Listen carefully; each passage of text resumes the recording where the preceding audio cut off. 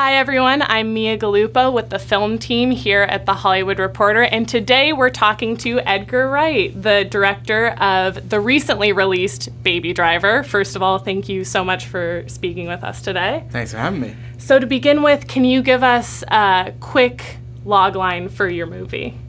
It is a car movie driven by music. Ansel Elgort plays Baby, who is the titular young driver in this gang of robbers, and he listens to kind of a soundtrack 24/7 that basically, music is his escape, and he uses music to escape, and so music fuels the entire plot of heists and gunfights and foot chases and close calls and scrapes, etc., etc. Rated R, 112 minutes long. I started good there, and then it became less good. But you got all the good facts in as well. Yeah. So to begin with, I want to begin really near the beginning, which is with pre-production, because everything is so well timed and choreographed in this movie. So I'm wondering, how extensive was that pre-production process, and how integral was it to the actual production? I wouldn't necessarily say it was expensive, more in that I think the movie is made by an enormously long period of unpaid pre-production. So I wouldn't call it expensive at all. I guess basically in some form, I guess I started kind of like made the decision we were going to make the movie 3 years ago. That we were going to try and get it made. We're in physical pre-production like 18 months ago, maybe. But going even further back from that, I started writing the script 10 years ago, and I had the idea for the movie like 22 years ago. So in some form, I've been sort of slowly prepping the movie in my head for a very long time. But so that said, is that there is one of the things that not a lot of movies do that we did spend a lot of time on, is that we did like have proper rehearsal time before we started shooting, both with the stunts and the choreographers and the cast. And that was the only way that we could get through the shoot in the number of days that we did, is by having rehearsed every part of the movie. So that when we came to set to shoot, we knew exactly what we were doing. I'm wondering, was there any sequence in the film that you still can't believe that you were able to pull off, or one that you were particularly nervous for? Well, all of the car sequences are difficult. I mean, I can't really say that one is more difficult than the other, but the car sequences in general, and I knew this going in, but they're as painstaking to make as they are fun to watch. And so that was something that I'd done little bits of car action in my previous films, but nothing as extended as this. And this film has like 3 big car sequences. So I knew going in that it was going to be a bear, and it was, but like, we just had a really great team of like, not just the stunt guys who are incredible, and the second unit, and cinematographers and operators. Like my cinematographer Bill Pope is incredible. Darren Prescott did an amazing job. Like the driver himself, Jeremy Fry, and the rig driver, Robert Nagel, and the camera operator, Roberto Angelis. And then the other thing with the car chases is the other department, aside from the AD department, who are amazing, Walter Gasparovic and co. But the locations with the car chase film, you can just imagine the actual sheer amount of miles that you have to travel. So in the opening sequence alone, I think we kind of travel through 30 city blocks before we even get to the freeway, and then back off the freeway again. So that opening sequence was pretty crazy. Yeah. And speaking of location, what I love about this movie is that Atlanta seems like a character in the film as well. And a lot of productions shoot in Atlanta, but we'll try to make it seem like a generic city. But it feels like you really embraced the city. And I'm wondering, was that a conscious choice? Well, the movie was originally written in and for Los Angeles. And Los Angeles, in the kind of prep, was quickly ruled out as just being, unfortunately, too expensive to shoot in. If we didn't get the tax break, which was a lottery thing, then there was just no chance of shooting in LA. And the irony is that initially when the other alternatives came up, Atlanta was one of them, I was initially reluctant about it because so many of the films were filming there. That said, once I'd got my head around it, I think that Atlanta is a better location for the movie, because it makes it more distinctive than a lot of the kind of classic films in this genre are set in LA, whether it's Heat, Reservoir Dogs, Point Break, The Driver, To Live and Die in LA, and many others are all LA set. So doing something in Atlanta, there hadn't really been a car chase film in Atlanta. A big one, unless I'm wrong, is like Smokey and the Bandit, or probably Burt Reynolds in his heyday back in the 70s and 80s was doing like car chase films in Atlanta, Georgia. A lot of films shooting there, and even like some of the fast films have shot in Atlanta, but never using Atlanta as itself. Yeah. So the idea of using Atlanta as itself, I just did a lot of research on that. I tried to spend a lot more time with a local kind of location manager and my location manager, and I say, show me all the places that people don't shoot.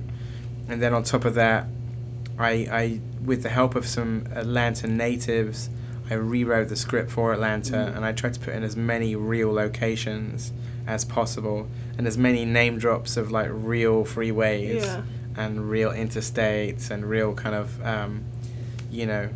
So I know that because I know friends who've seen it in Atlanta, Georgia, and somebody said the greatest thing to me. They said, "Oh, our cinema Atlanta flipped out when in the radio sequence he flipped onto the river, and it was they knew from the frequency of the radio station what he was listening to, the classic rock station." And so there's little attention to detail that makes everything worthwhile, because then people say, "Oh my God, I can't believe they mentioned Bacchanalia or Goodfellas Pizza and Wings, which are real Atlanta restaurants." Oh, really? Yeah, all of the names of places in there are all real. Ah, so you were like an original Atlanta native when you were there. I mean, for that 9 months I was. Yeah. What I personally loved about the movie that I didn't realize until a second viewing was the technology used, and how incredibly, you know, relatively old-fashioned is. You see cassette tapes, you see flip phones used as burner phones, but and you see vinyls, but you don't necessarily see iPhones. You have iPods. And I'm wondering, was this type of use of old-fashioned technology, whether music or communication oriented, was this a conscious choice in the scripting process? Yeah, I think my thought is that Baby, for the most part, keeps it all analog. Well, the thing is also, I think, to avoid detection, if you're a criminal at large, having a laptop and a smartphone is basically a GPS to your whereabouts. So I never thought about that. So that's why criminals use burner phones, is because they're like sort of, there's no name on the account. Yeah. You know, you buy them like with like sort of pay as you go. And that's why people buy burners, is to not be like detected. So I kind of figured it would be a smart thing if you didn't have a laptop or a smartphone. And so when we were making those music sequences, this Montreal DJ Kid Koala did the songs for me, and I said, "Can you do it analog, like you used to make music before, you know, kind of the laptop?" So that was basically the idea, was to keep all of the stuff pretty timeless. And the other idea I thought was that, I mean, I still use my iPod Classic because I like having a dedicated music player. I hate listening to music on the iPhone and then like a call comes through or you get a text. It's the worst thing if you got it on the Bluetooth on your car and a call just wipes out the song straight away. When you're mid-singing. I know, and it's just like, so I like to have an iPod that's a dedicated drive of music. Yeah. So also I kind of figured that if Ansel Elgort's character Baby has been stealing cars since he was 12 years old, the main things he would have inherited from these stolen cars are people's sunglasses and people's iPods. So when he's got other people's iPods in the film, especially the pink and glittery one that he has in the diner, that is not his iPod. Yeah. That is some woman's iPod that he essentially now owns. So he has her record collection.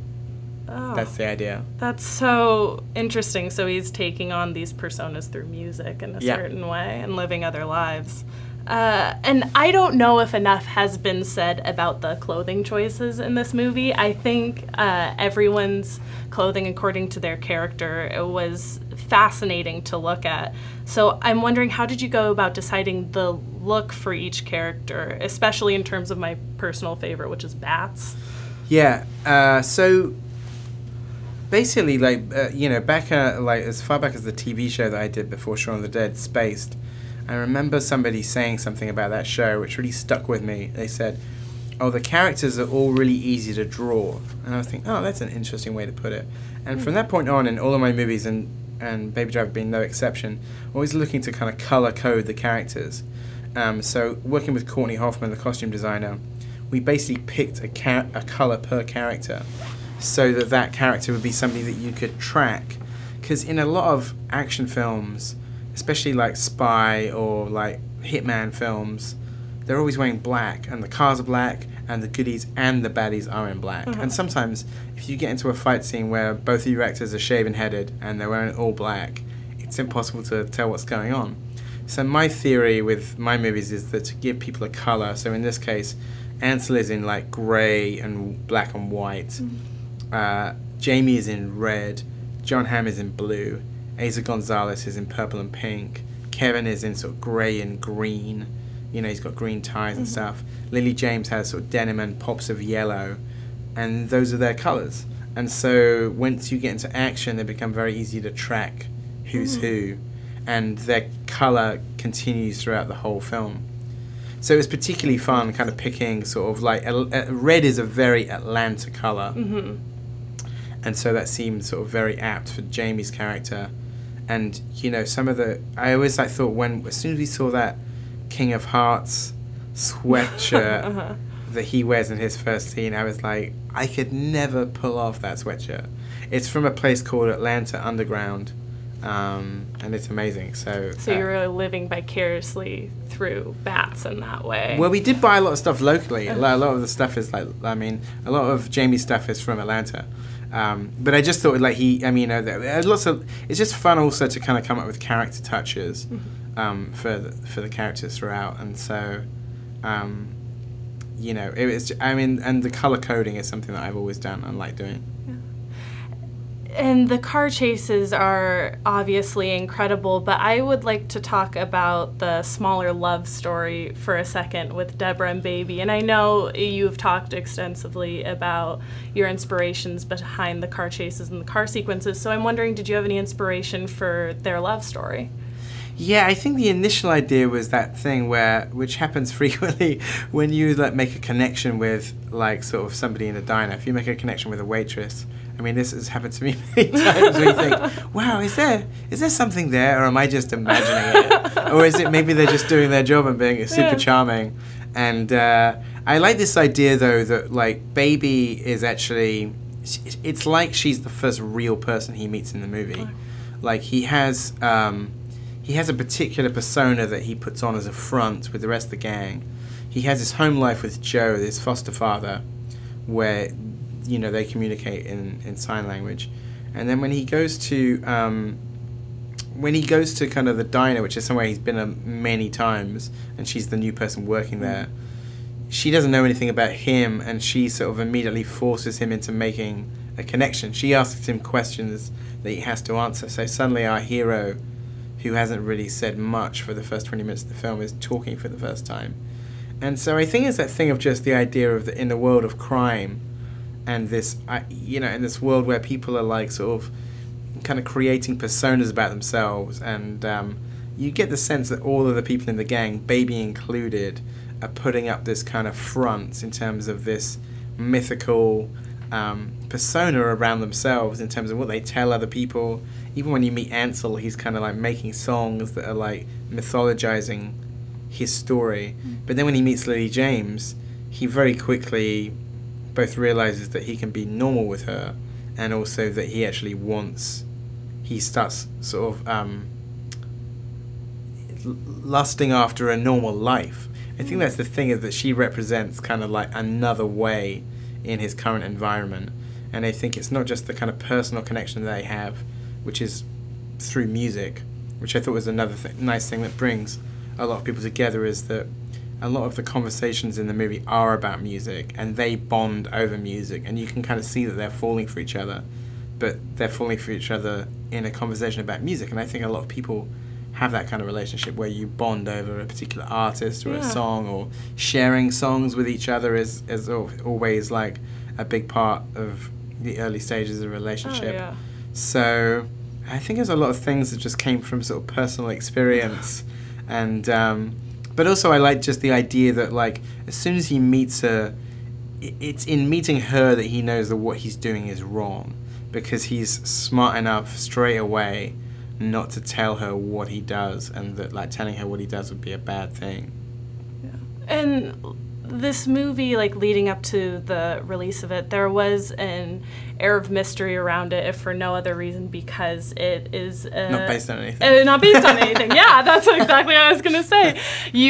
No audiences had any frame of reference to know what it was going to be like. So I'm wondering, going into the world premiere of this movie, which was at South by Southwest, what was the energy like in the room, and what was your reaction to everyone's reaction seeing this original property for the first time?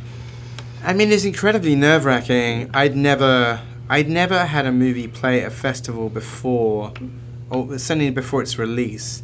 So it's the first time I'd ever had like a festival experience whereby my movie is showing at a festival for the first time. Mm-hmm. I've shown it at festivals elsewhere, but usually after it's already opened. So it's very nerve-wracking, and I mean, I'd already done test screenings of the movies. So with Sony, we had test screened it 3 times, and those had all gone very well. And those people are watching it completely blind, like they know nothing about it. And they had a very similar response to what the current audience response is, which is great. I think it was a bit more nerve-wracking for me showing it at South by Southwest, because I wondered if some people thought it was going to be a comedy when it's not really a comedy. It's funny in places, but it's more of an action thriller. And in fact, I got Sony to change on like Box Office Mojo. It used to say action comedy, and I was thinking, I don't think it should be action comedy. It should be action thriller, because it's not Hot Fuzz. It's different. Yeah. And they agreed, and it was just something that I wanted. I was worried at South by Southwest that people were going to go in expecting like a full-on broad comedy, which it isn't.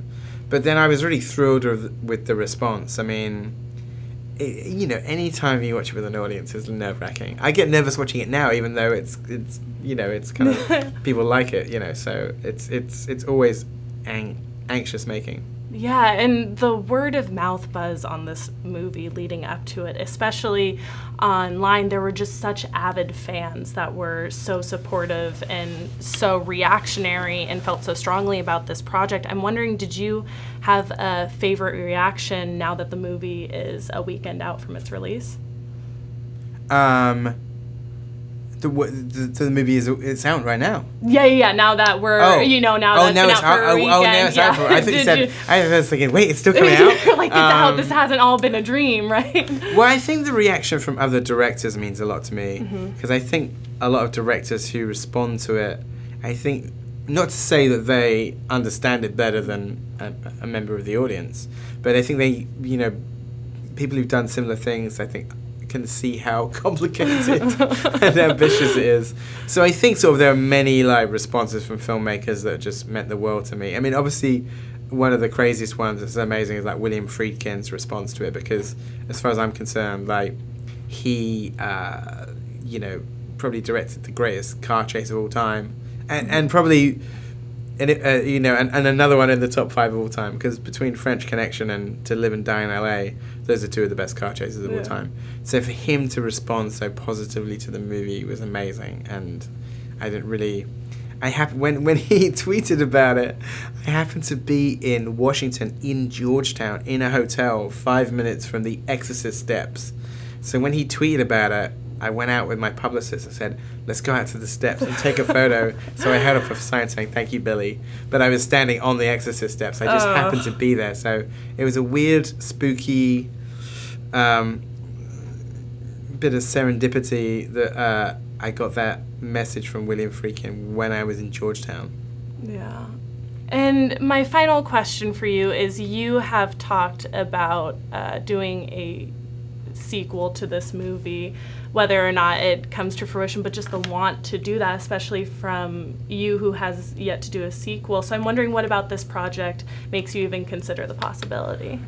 Well, I think the thing is, I wouldn't do it unless I felt it was absolutely right, but I think I haven't done ones to any of the previous movies, and in fact there was, certainly with Shaun and Hot Fuzz, they were like sort of requests to do something more with it. But I think in those cases, I didn't have anything else I wanted to do with the genre. I mean, the thing with this one is that I'd be interested to see where the characters could go next. And also, music and action are like my two favorite things. So the idea of like taking that one further is intriguing. Yeah. That's not to say that it will definitely happen, or even if it would be the next movie, but I wouldn't rule it out. I don't know. Yeah, well, I'd certainly love to see it, and I'm sure there are a lot of people around that would love to see it too. And I want to thank you so much for taking the time to speak about this incredible. You freaked me out when you said it was coming out in a week. I was like, wait. You're like, oh no. I'm sure it came out already. This has all been a dream. Oh no. I still have a lot of bonus to do. Yeah. Well, thank you so much for doing one more interview. And if you haven't seen Baby Driver yet, it is out in theaters. It is out in theaters now. It is absolutely out right now. And it is promise you. Rated R. And what's the runtime on it? It is 112 minutes long. There you go. So go check it out. And thank you so much for joining us. Thank you.